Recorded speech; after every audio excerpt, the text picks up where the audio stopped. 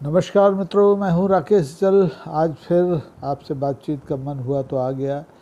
बीच में करवा चौथ थी और भी कई कार्यक्रम थे, इस वजह से नियमितता रह नहीं पाई। लेकिन आज मैं आपसे बात करना चाहता हूं एक ऐसे विषय पर जिसके बारे में लोग कम बात करते हैं, और करते भी हैं तो दूसरे तरीके से करते हैं।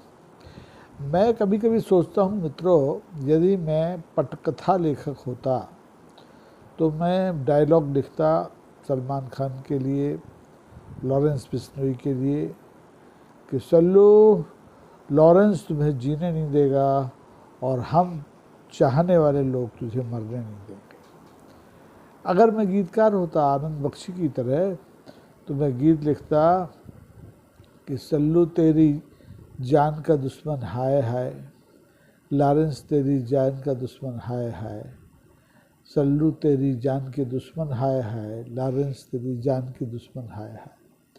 सलमान खान इन दिनों परेशान है और उनकी परेशानी स्वाभाविक है। एक नए नवोदित तो नहीं कहेंगे, लेकिन चर्चित सात्विक बिश्नोई समाज से आने वाले एक डॉन हैं, लॉरेंस बिश्नोई। उन्होंने सलमान खान को जान से मारने की धमकी भी दी है, 5 करोड़ रुपए की फिरौती भी मांगी है, और कहा है कि वो काले हिरण के शिकार वाले मामले में अगर माफ़ी मांग ले तो उनकी जान बच सकती है। अब आप समझ सकते हैं कि ये किस तरह का सौदा है। अगर लॉरेंस काले हिरण की शिकार से दुखी है तो उस बिश्नोइयों के कानून में माफ़ी करने का तो प्रावधान होगा, लेकिन चौथ वसूली का शायद कोई प्रावधान नहीं है। बिश्नोई समाज का मैं बहुत सम्मान करता हूँ। राजस्थान में मैं गया हूँ, बिश्नोइयों के जो सबसे बड़े गुरु हैं उनके आश्रम में मैं रुका हूँ। वो मेरे साथ 2-3 विदेश यात्राओं पर रहे हैं। तो मुझे हैरानी होती है कि इस सात्विक समाज से निकला लड़का लॉरेंस इतना हिंसक कैसे हो गया, जो गोली से बात करता है, जो मीठी बोली से बात नहीं करता बिश्नोइयों की तरह, दूसरे बिश्नोइयों की तरह। और अब तो ये बाकायदा पूरे देश में 700 गुर्गे भी इसने पाल लिए। बाबा सिद्दीकी को मार चुका है, मरवा चुका है, खुद तो कहाँ मारा। एक मूसा वाला थे, उनको मार चुका है, मरवा चुका है। अब उसकी जो निगाह है वो हमारे सलमान खान पर है।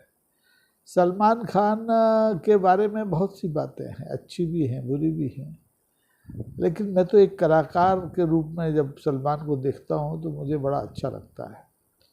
सलमान खान को हिंदुस्तान की जो फिल्मी दुनिया है, बॉलीवुड जिसे कहते हैं, उसमें मेरे ख्याल से 36 साल होने को है। 1988 में सलमान ने फिल्मी दुनिया में कदम रखा था। पहली फिल्म के बारे में लोगों को ज़्यादा पता नहीं चला, और बाद में जब उसकी फिल्में चलीं, और चली ही नहीं, वो करोड़ों के क्लब वाले उस फहरिस्त में शामिल हो गई, तो सलमान खान सितारा बन गया। सितारा क्या, सुपर सितारा बन गया। और आज ये जो लॉरेंस टाइप लोग हैं, जो दाऊद का मिनी संस्करण है, तो ये सब चाहते हैं कि अगर एक बार सलमान इनके अड्डे में आ जाए, इनकी धमकी से डर जाए, इन्हें फिरौती दे दे, तो बाकी के लोगों से तो फिर चुटकियों में फिरौतियाँ वसूली की जा सकती हैं। और फिल्मी दुनिया के कलाकारों से अतीत में भी जो डॉन लोग होते थे ना, दाऊद का जिसका मैंने नाम लिया, पाकिस्तान में पड़ा है, वो ऐसे भय दोहन करता रहा है, ब्लैकमेलिंग करता रहा है, वसूलियाँ करता रहा है। राकेश रोशन हो, गुलशन कुमार हो, सलमान के जो और साथी हैं, शाहरुख खान हो, आमिर खान हो, कई लोग हैं, लंबी फहरिस्त है, जो इस तरह की धमकियों का शिकार हो चुके हैं। कुछ ने पैसे दे भी दिए होंगे तो पता नहीं, और कुछ ने नहीं दिए होंगे तो पता नहीं। लेकिन सलमान का मामला अलग है। सलमान खान के पिता सलीम खान को तो आप जानते ही होंगे। वो एक ज़माने में मशहूर पटकथा लेखक रहे हैं। जावेद साहब के साथ उनकी जोड़ी थी, जोड़ी का नाम था सलीम जावेद। सलीम जावेद जिस फिल्म की पटकथा लिख देते थे, वो सफलता की गारंटी होती थी। एक ही फिल्म का नाम ले लीजिए आप, सलीम जावेद को याद कर लेंगे, शोले फिल्म का। ऐसी कई फिल्में उन्होंने बनाई, आधा दर्जन फिल्में तो शोले जैसी ही थी। तो उन सलीम साहब के इस बेटे को जान से मारने की धमकी जब दी जा रही है तो अकेले सलमान परेशान नहीं है, अकेले सलीम खान साहब पर से परेशान नहीं है, उनके पिता हैं, उनकी माँ भाई परेशान नहीं है, बल्कि उनके तमाम प्रशंसक जो इस देश में और देश के बाहर रहते हैं वो सब परेशान हैं। उन्हें अच्छा नहीं लग रहा है। उन्हें अच्छा इसलिए नहीं लग रहा है कि जिस मुंबई में सलमान खान रहते हैं उस मुंबई में भारतीय जनता पार्टी के सहयोग से एक सरकार चल रही है और उस सरकार के चलते ये लॉरेंस बिश्नोई अपनी करतूतें करने पर आमादा है। कोई कुछ उसका बिगाड़ नहीं सकता। न्यायिक हिरासत में है, साबरमती की जेल में है, वहाँ से बैठ के अपना गिरोह चला रहा है और गिरोह चला रहा है तो स्वाभाविक है कि उसको किसी न किसी का संरक्षण होगा, वरना जेल में रह के कोई बंदा 700 मुर्गे कैसे पाल लेगा, उनकी रोटी पानी का इंतजाम कैसे करा लेगा, उन्हें किसी के मारने की सुपारी कैसे दे देगा, किसी को मारने की सुपारी कैसे ले लेगा। निश्चित तौर पर कहीं ना कहीं कुछ गड़बड़ है। और सबसे बड़ी गड़बड़ तो ये है कि इस समय देश में जो अल्पसंख्यक समुदाय है वो सबके निशाने पर है, चाहे वो डॉन हो, चाहे वो सरकार हो, चाहे वो भारतीय जनता पार्टी हो, चाहे आरएसएस हो। तो दोनों के जो लक्ष्य हैं वो एक हैं। इसलिए कभी कभी लगता है कि दोनों के बीच में कोई अघोषित दुर्लभ संधि तो नहीं है, लेकिन सरकार इस मुद्दे पर कुछ बोलती नहीं है। गनीमत है कि सरकार की ओर से सलमान खान को और उनके परिवार को पर्याप्त सुरक्षा व्यवस्था दी गई है, इसलिए अभी तक सलमान जिंदा है। सलमान साहसी भी है। सलमान पुलिस की अभिरक्षा में बिग बॉस की शूटिंग पे भी गए, शूटिंग करके आए, 2 एपिसोड की शूटिंग कराए हैं। हालांकि उनका मन बड़ा विचलित था, उनके चाहने वालों का मन भी विचलित है। ऐसे माहौल में भला कौन काम कर सकता है जब आपके सिर पर मौत की तलवार लटकी हो, पल पल पर यमदूत आपका पीछा कर रहे हो। तो ये तो ईश्वर की कृपा है, अल्लाह की कृपा है, गॉड की कृपा है कि सलमान हमारे बीच हैं, सुरक्षित हैं। लेकिन उनके दुश्मनों के लिए हाय हाय का उच्चारण सिर्फ मैं नहीं कर रहा, मेरे जैसे असंख्य लोग हैं जो सलमान को चाहते हैं। अब सलमान संयोग से मुसलमान है, इसमें हमारा क्या दोष है? हम तो बहुत से कलाकार हैं जो मुसलमान हैं, उनके प्रशंसक रहे हैं, आप भी रहे होंगे, मैं भी रहा हूँ। दिलीप कुमार साहब हैं, वो भी मुसलमान थे, यूसुफ भाई थे, कितने नाम हुआ, मैं नज़ीर हुसैन हैं और रहमान साहब हैं और बहुत नाम है, मैं सबको याद कर नहीं सकता। और निश्चित तौर पर कलाकार का किसी जाति में होने से कोई फ़र्क नहीं पड़ता। कला तो प्रकृति की देन है, ईश्वर की देन है। एक ज़माने में कपूर ख़ानदान फिल्मों में छाया हुआ था, इन दिनों हमारे खान साहब लोग छाए हुए हैं। अक्षय कुमार का एक ज़माने में जलवा था, राजेश खन्ना क्या जलवा था। लेकिन इन लोगों की जान पर खतरा नहीं था। इनकी आमदनी को देख करके लोग इनसे ब्लैकमेलिंग करने का साहस उस ज़माने में नहीं कर पाए। वो ज़माना और था, अब ज़माना और है। और इस ज़माने में चाहे फिल्मी नेता हो, अभिनेता हो, चाहे राजनीतिक नेता हो, चाहे समाज सेवक हो, सबकी जान को खतरा है। डॉन से भी खतरा है और डॉन को पालने वाले लोगों से भी खतरा है। डॉन की विचारधारा के राजनीतिक दलों से भी खतरा है, सरकारों से भी खतरा है। इसलिए अगर आप या सलमान के जैसे तमाम कलाकार अभी तक सुरक्षित हैं तो किसी सरकार की कृपा से नहीं, भगवान की कृपा से सुरक्षित हैं। इस देश में इस तरह की प्रवृत्तियाँ कभी कभी ये आशंका पैदा करती हैं कि क्या हम उस सनातन सभ्यता से आए हुए हैं कि जिसमें वसुधैव कुटुंबकम का नारा दिया जाता है। अगर यही धमकी लॉरेंस बिश्नोई की जगह कोई खान साहब ने दी होती तो अभी तक तो देश में जाने क्या हो गया होता। खान साहब की बिरादरी को लेकर के लोग जाने क्या क्या कर चुके होते हैं। लेकिन संयोग है ये धमकी सात्विक और काले हिरणों के प्रेमी और उनको पूजा करने वाले, पेड़ों की पूजा करने वाले बिश्नोई समाज के एक नौजवान की ओर से दी गई है।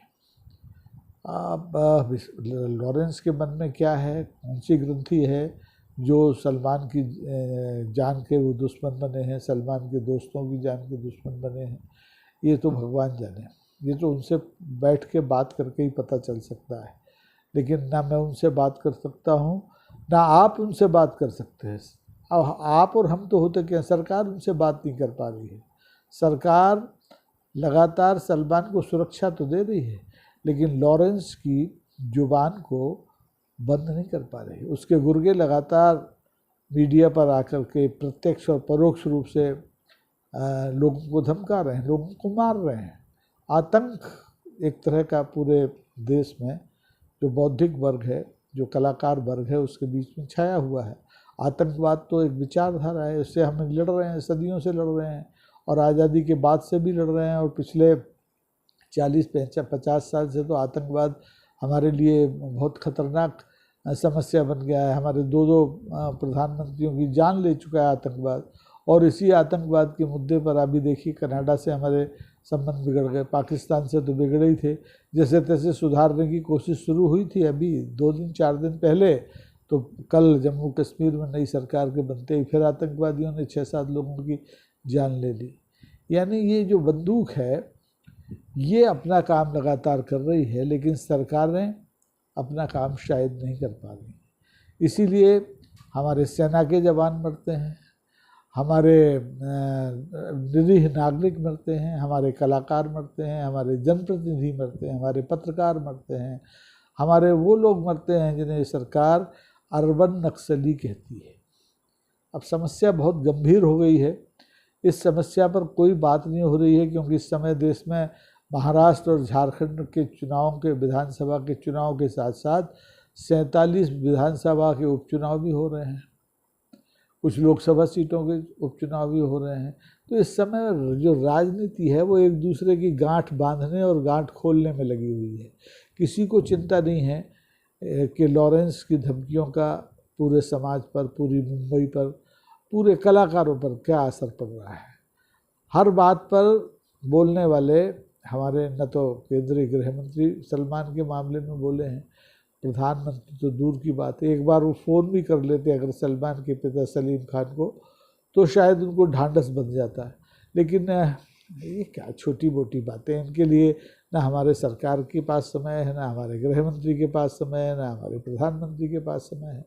अब आपके पास अगर समय है तो आप इन लोगों को पत्र लिख करके सलमान की जान की सुरक्षा के लिए अपील कर सकते हैं।